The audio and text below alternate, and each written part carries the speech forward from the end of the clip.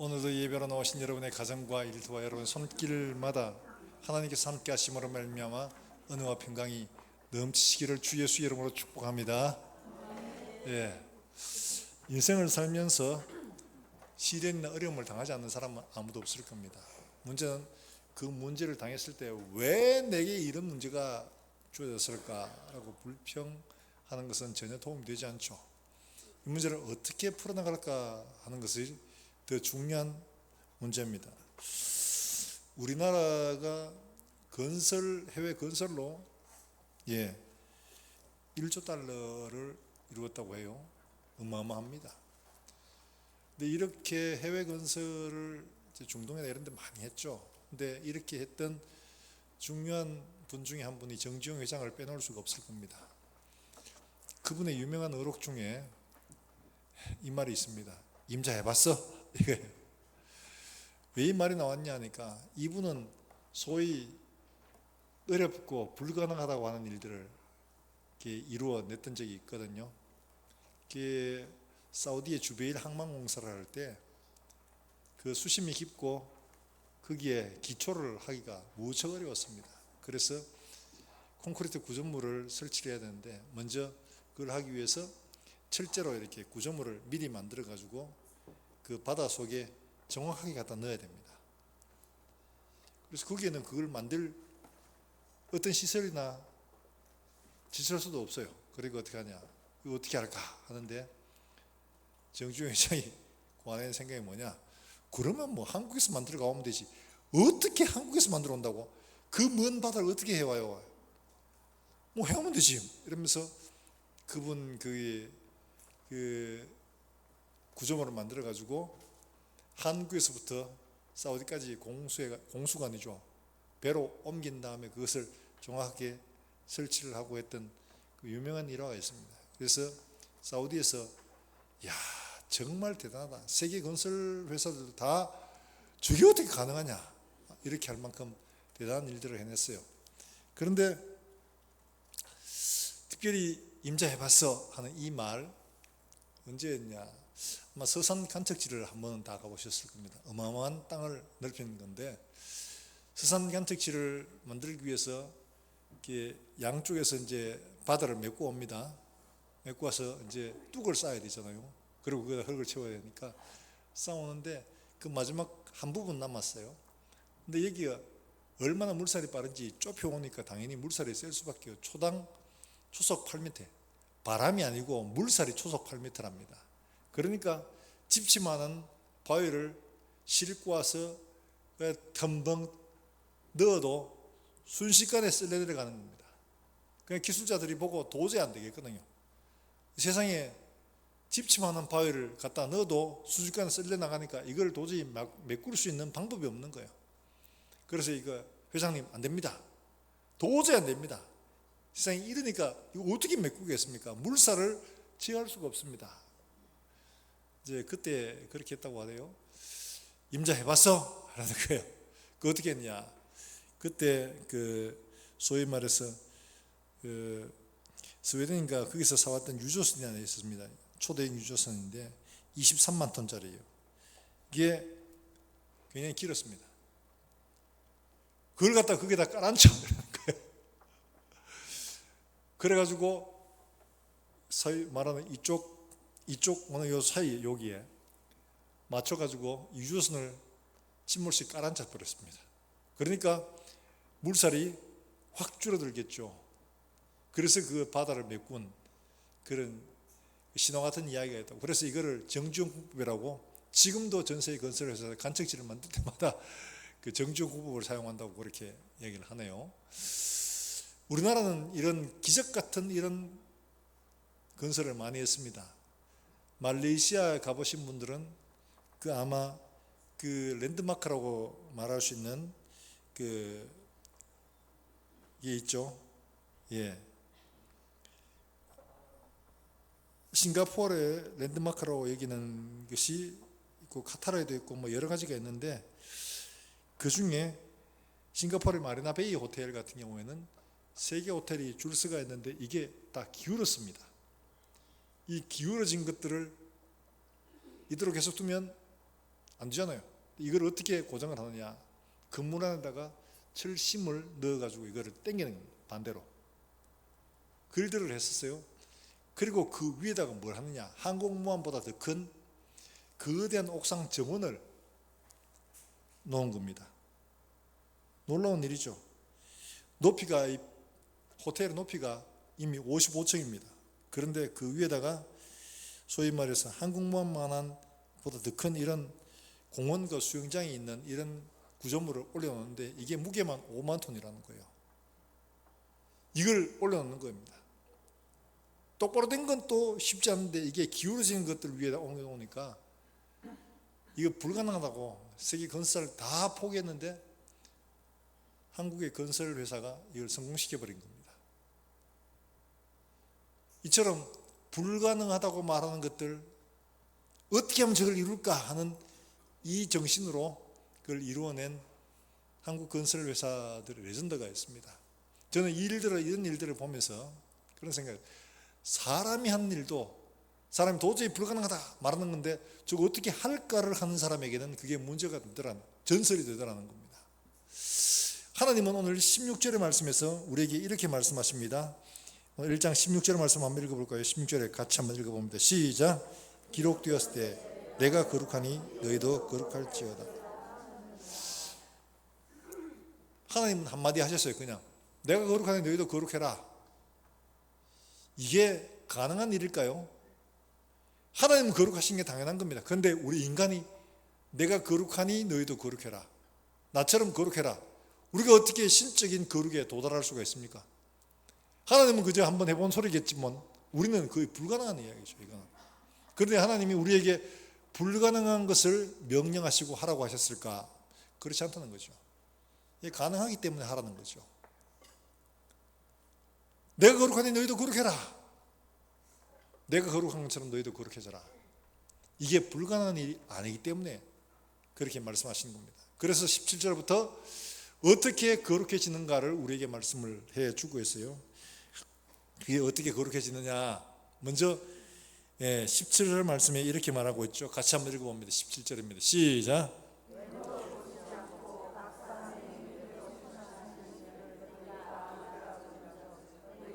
나그네로 있을 때를 뭘로 지내라? 두려움으로 지내라. 이 두려움으로 하는 이 말, 히브리어 포보스라는 말은 우리가 생각하는 말 그대로 두려움입니다. 너무 무서운 일을 만났을 때 무서움도 두려움이고, 또 너무 엄청난 일들, 신적인 일들을 보았을 때 경외하는 마음으로 보는 것도 두려움입니다. 둘 다 뜻을 가지고 있어요. 이 두 번째 뜻에 더 핵심을 가지고 있습니다. 하나님을 경외하는 마음으로 지내라 하는 이 말이죠. 그러니까 경건해지는, 거룩해지는 가장 중요한 것이 뭐냐? 하나님에 대해서 경외하는 마음으로 사는 이것이 가장 기본이라는 겁니다.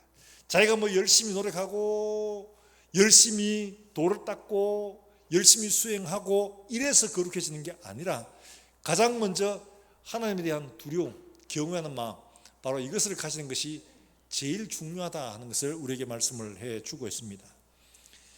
자, 이 하나님을 두려워한다는 이 말, 굉장히 쉬운 일들이 아닌 것처럼 보이죠. 그러나 이것을 우리에게 말씀하신 그것은 뭐냐?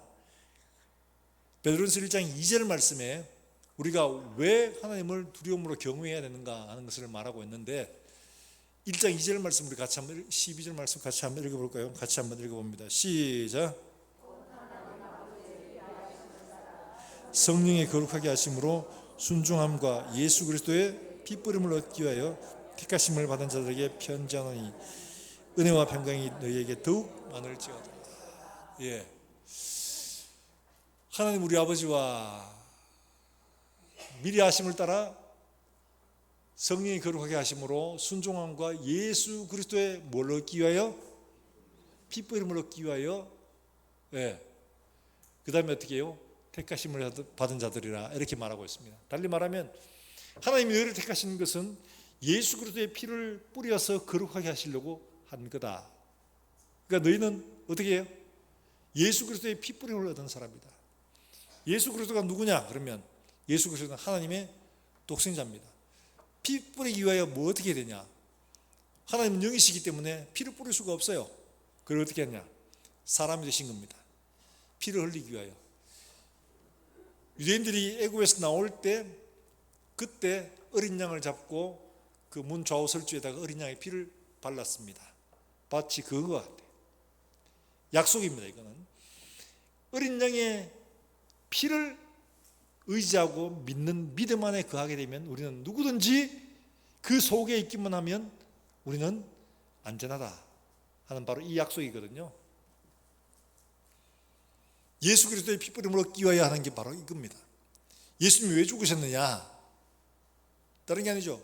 우리의 죄와 허물, 하나님의 진노를 받아야 할 바로 그 자리에 있던 우리를 용서하고 사해 주시기 위하여 대신 하나님의 아들이 죽으신 겁니다. 우리가 죽어야 할 일들을 대신 죽어주시는 그 표시가 뭐냐?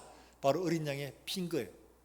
예수님이 십자가에 죽으신 그 사실들을 우리가 바르는 게 아니라 그것을 믿음으로 내가 받아들일 때, 그렇습니다 주님이 십자가에 죽으신 것은 내가 죽어야 할 바로 그 죄 때문입니다. 이 믿음의 고백이 바로 피 뿌리는 거죠. 그렇게 예수 그리스도의 죽으심을 인정하고 고백하는 자들에게 하나님은 용서의 은혜를 주시는 겁니다. 6월 넘어가다 하나님의 진노의 사자가 넘어가는 겁니다. 바로 이 구약의 그 약속 그대로 예수 그리스도를 통해서 이루어 주신다는 거죠. 그러므로 우리가 거룩해질 수 있는 가장 기본적인 건 뭐냐? 우리 자체적으로 노력하고 도를 닦고 수행을 해서가 아니라 어떻게 해요? 하나님의 은혜를 두려움으로 받는 거죠. 나를 위해서 하나님의 아들이 이렇게 십자가에 죽으셨구나. 내가 거룩해진 것은 나의 노력이 아니라 바로 하나님의 은혜구나. 이거를 시인하고 고백하는 겁니다. 바로 이 사실을 인정하는 것이죠. 옛날에 아마 우리 지금 50대 이상 되신 분들은 아실 겁니다. 도회지에 가서 공부하면 시골에서는 공부할 데가 없으니까 뭐 도시에 나와서 공부를 해야 되죠. 서울로 가고 대구로 오고 뭐 하는데 그럴 때 거의 대부분의 학생들이 형편이 넉넉해가 온 거 아닙니다. 다 집안에 소 팔고 논 팔고 밥 팔고 이래가지고 그 돈 가지고 온 거예요. 그것을 잘 아는 친구들은 열심히 공부를 하죠. 왜? 내가 지금 이렇게 공부하는 것은 우리 아버지 논 팔았다, 우리 아버지 소 팔았다, 그러게 나는 딴짓하면 안 되고 열심히 공부해야 된다 이거죠. 그런 겁니다. 그런 것처럼 내가 거룩함을 입은 것은 바로 우리 하나님께서 나를 위해 지르신 바로 그 대가 때문이다. 나를 용서하시기 위해서 하나님은 어떻게 하셨느냐? 자기의 모든 것을 다 내어놓으셨던 거죠. 자기의 가장 귀한 아들 예수 그리스도도 사람 되게 하시고 고난을 받으시고 십자가에 마침내 죽으심으로 우리를 용서하시다는 표시를 십자가로 확인시켜 준 겁니다. 갈보리 언덕에 세우셔서 모든 사람들이 다 보고 확인하도록 해주신 거죠.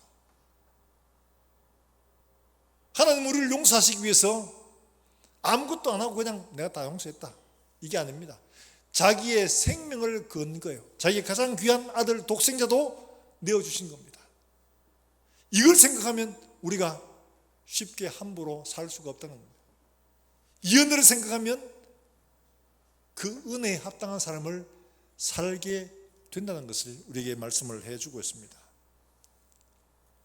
사랑하는 여러분들, 우리가 하나님 앞에 의롭다, 거룩하다 인정받는 건 내 노력, 나의 선행이 아닙니다.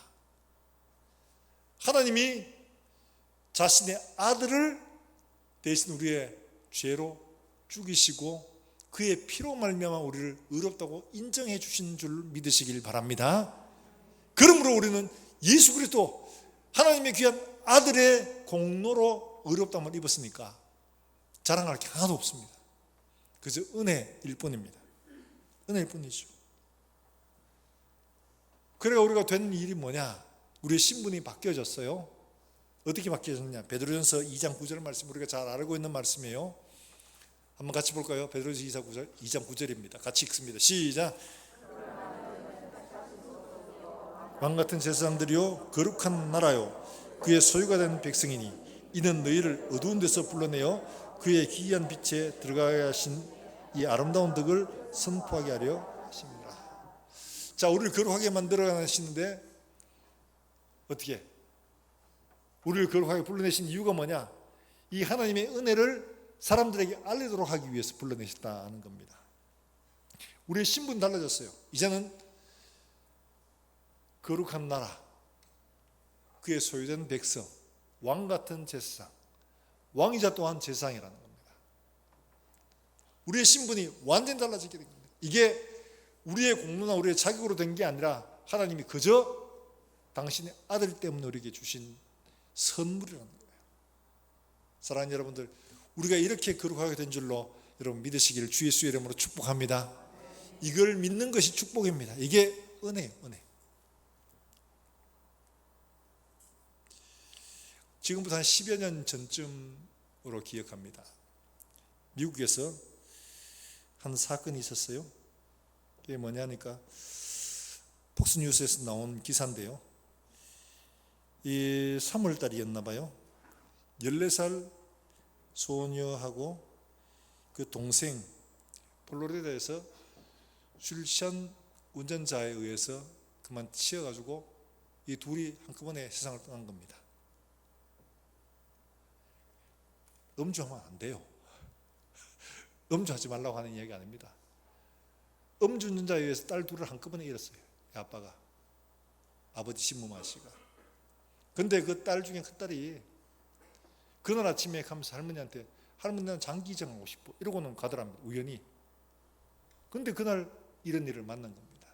그래서 할머니가 걔들이니 이렇게 하려고 한단다 이렇게 해서 그 딸을 이제 소위 장기들을 적출해서 이제 나눠주는 거죠. 나눠주는데 마침 딱 맞는 사람이 하나 있었습니다. 나도 똑같아요. 근데 이 딸의, 이 여자애는 심장병으로 인해서 살기가 굉장히 어려워요. 그런 여러 가지 많은 문제를 가지고 있었는데 심장이식 받는 것밖에 없는데 심장이식자가 뭐 그래 맞냐? 그렇지 않거든요. 그러니까 마침 그 딱 맞는 거예요. 그러니까 이 딸이 그 장기를 이제 소위 기증받게 된 겁니다.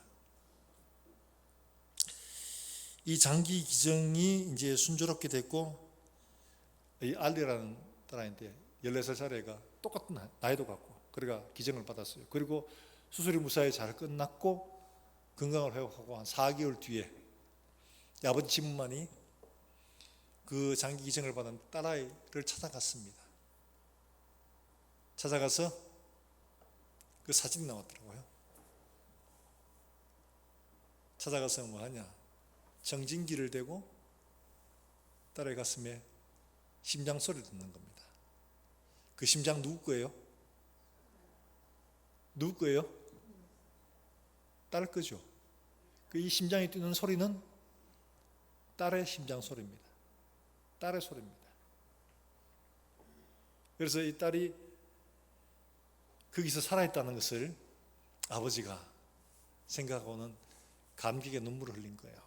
이제 그 사진이 나와 있는데 아버지가 이제 딸의 이 가슴에 심장을 대고 심장 소리를 듣고 있는, 전에 한번 이런 비슷한 사건이 있었거든요. 아들이 심장 이식을 했는데 먼 거리를 아버지가 자전거를 타고 와서 이식받은 청년을 만났고, 그리고 그 사진도 그렇게 나와 있어요. 청년이 가슴을 열고 있으면 아버지가 청진기를 대고 심장 소리를 듣는 겁니다. 내 아들이 여기 있다.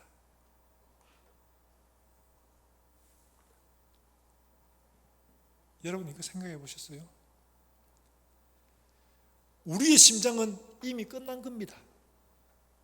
그런데 하나님이 우리의 심장을 예수 그리스도의 심장으로 바꿔주셨어요. 그리고 지금도 우리 심장 소리를 듣고 계십니다. 내 아들의 심장이에요. 이젠 네가 사는 것이 아니라 내 아들이 사는 거다.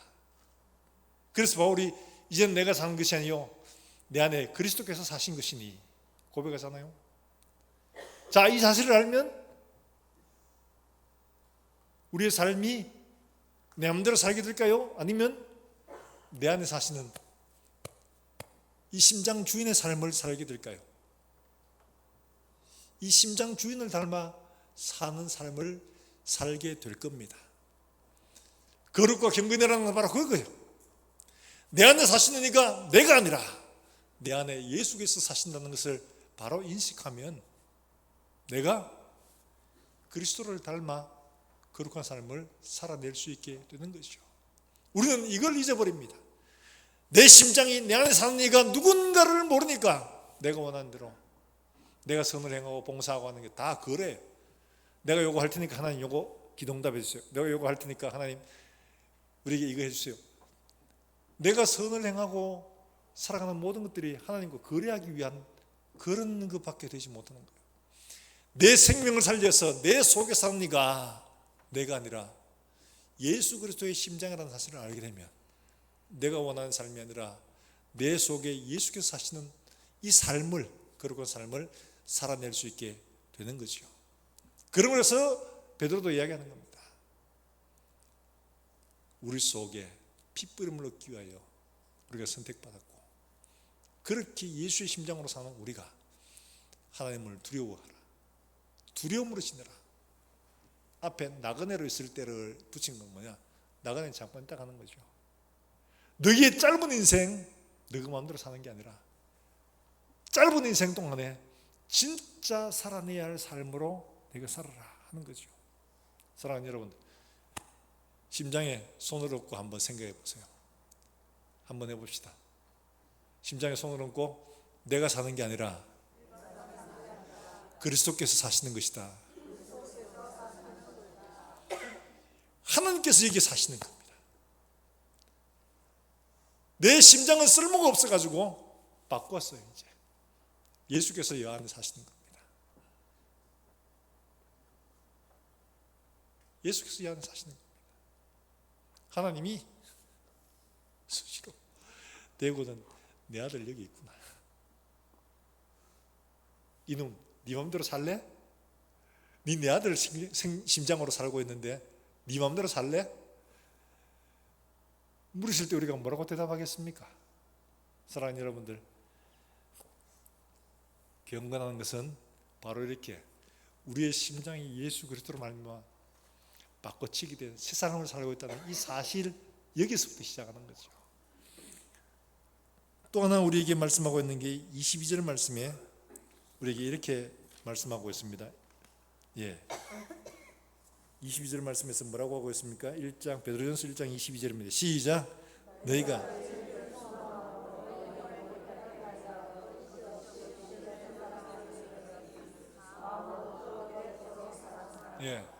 너희가 진리를 뭐함으로? 순종함으로 너희 영혼을 깨끗하게 하여 거룩하게 하여야죠. 거룩한 삶, 깨끗한 삶 무엇으로부터 시작한다고요?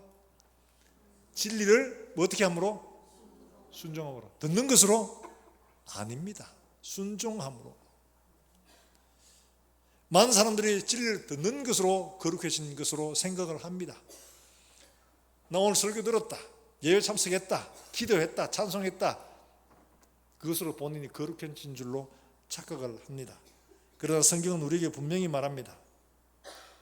진리를 순종함으로. 그래서 야고보서 1장 22절도 똑같이 이야기합니다. 야고보서 1장 22절 말씀 우리 같이 한번 볼까요? 22절과 23절 말씀 같이 한번 읽어봅니다. 시작. 너희는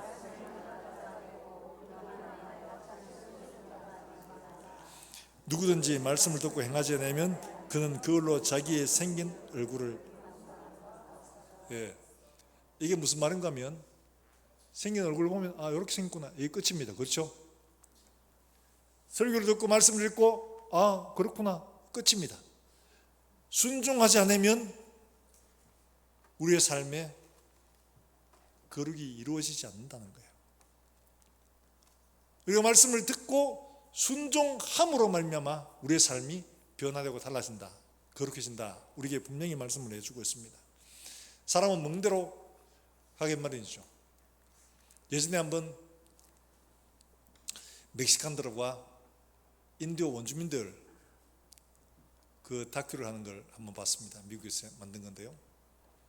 그 사람들, 멕시칸들이나 이런 사람들, 죄송합니다, 인종차별하는 건 아닌데 이분들이 체격이 굉장히 좀 우람하게 크죠, 그죠? 그리고 허리도 한 손으로 다 안 잡힐 만큼 대단합니다. 그들 청바지 입은 엉덩이 보면 진짜 막 완전히 방댕이라고 말하죠. 얼마나 대단합니다. 근데 왜 그렇게 됐느냐? 원래 그런 사람이 아닌데 왜 그렇게 됐느냐? 거기서 그렇게 말하더라고요. 왜 이들이 이렇게 됐을까? 그 조사해 보니까 거기 있는 인도들이나 그 멕시칸들이 한 70%, 60%가 당뇨, 고혈압, 고지혈증 없는 사람이 없어요. 다 가지고 있어요. 왜 이렇게 됐을까? 이유는 하나로. 그걸 뭐라고 했냐? 서구식 음식, 인스턴트를 즐기는 그들의 음식 때문에 이렇게 되는 거예요. 햄버거, 피자, 도너츠 이런 거 좋아하니까 이렇게 돼버리더라는 거죠. 먹는 게 그 사람을 규정합니다. 우리가 거룩한 하나님의 말씀을 먹으면 우리는 영의 사람이 되지만 세상의 것을 먹으면 세상 사람들처럼 될 수밖에 없는 거예요. 먹는 건 곧 순종을 말하는 겁니다. 예수님께서도 십자가 달리시기 전에 유월절 만찬을 하시면서 먹어라, 마셔라 말하지 않습니까? 떡을 떼어서 이것은 내가 너희를 위한 내 몸이다. 포도주를 주시면서 이것은 내가 너희를 위한 흘리는 언약의 피다. 이걸 먹고 마셔라 말씀하지 않습니까? 그건 그 말씀, 예수님이 가르쳐 주신 모든 것들을 순종해서 너희의 살과 피가 되게 하라는 말씀이죠. 음식을 먹으면 우리의 살과 피가 되는 것처럼 말씀을 순종해야지 우리에게 살과 피가 되는 것, 우리의 몸을 이루게 되는 겁니다. 사랑하는 여러분들, 이 말씀을 순종함으로 하나님의 말씀이 우리의 살과 피가 되게 하시기를 주 예수의 이름으로 축원합니다. 말씀을 듣기만 하고 순종하지 않으면 자기를 속이는 자라고 했죠. 왜 그러냐? 듣는 건 많아요. 아는 건 많아요. 하나님 어떤 분인가 다 설명합니다. 교리적인 건 다 이야기할 수 있습니다. 다 이야기 하는데 내 삶과는 아무런 관계가 없는 겁니다. 스스로 속이는 거죠. 예수 믿으면 이렇다, 이렇게 살아야 된다, 저렇게 살아야 된다 말은 하는데 자기는 못 살아. 속이는 겁니다.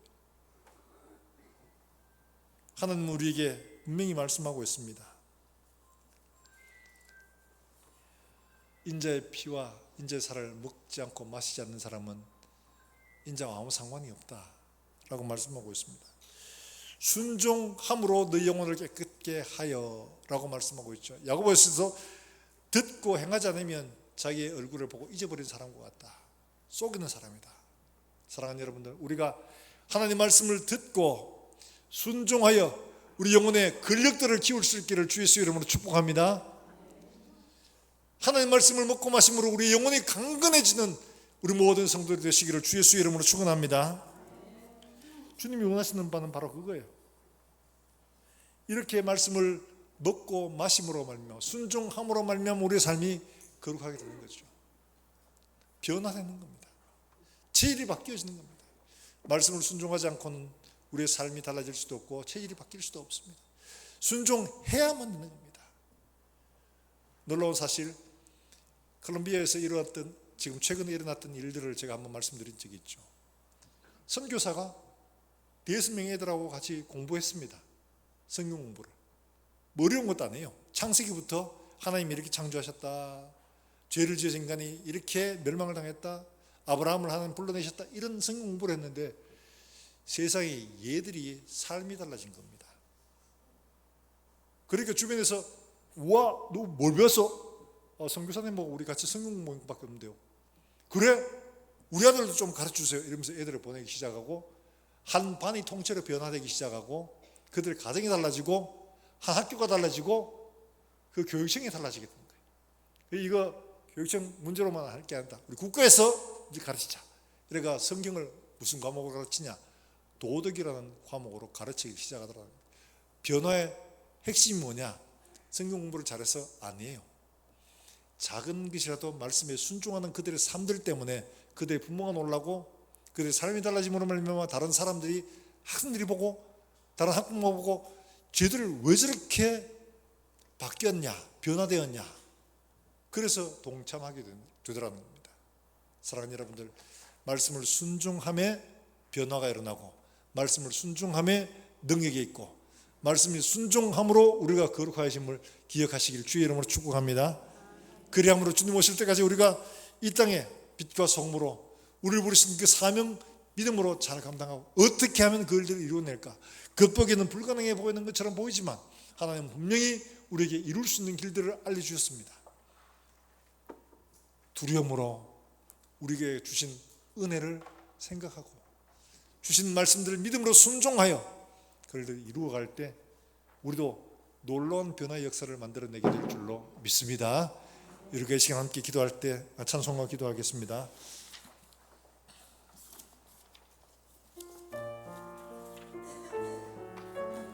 주님의 마음을 본받는 자, 주님의 마음을 본받는 자, 주님의 마음을 본받는 자, 그 마음에 평강이 찾아오는 험한 세상을 이길 힘이 하늘로부터 임함이로다.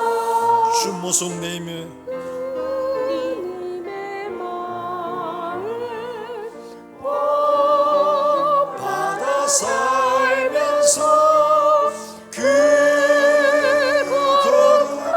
거룩하신 나도 이루리. 주 모습 내 눈에 안 보이며 주 모습 내 눈에 안 보이며 금성 내 귀에 안 들려도 내 영혼 날마다 주를 만나 신령한 말씀 늘 배우도다.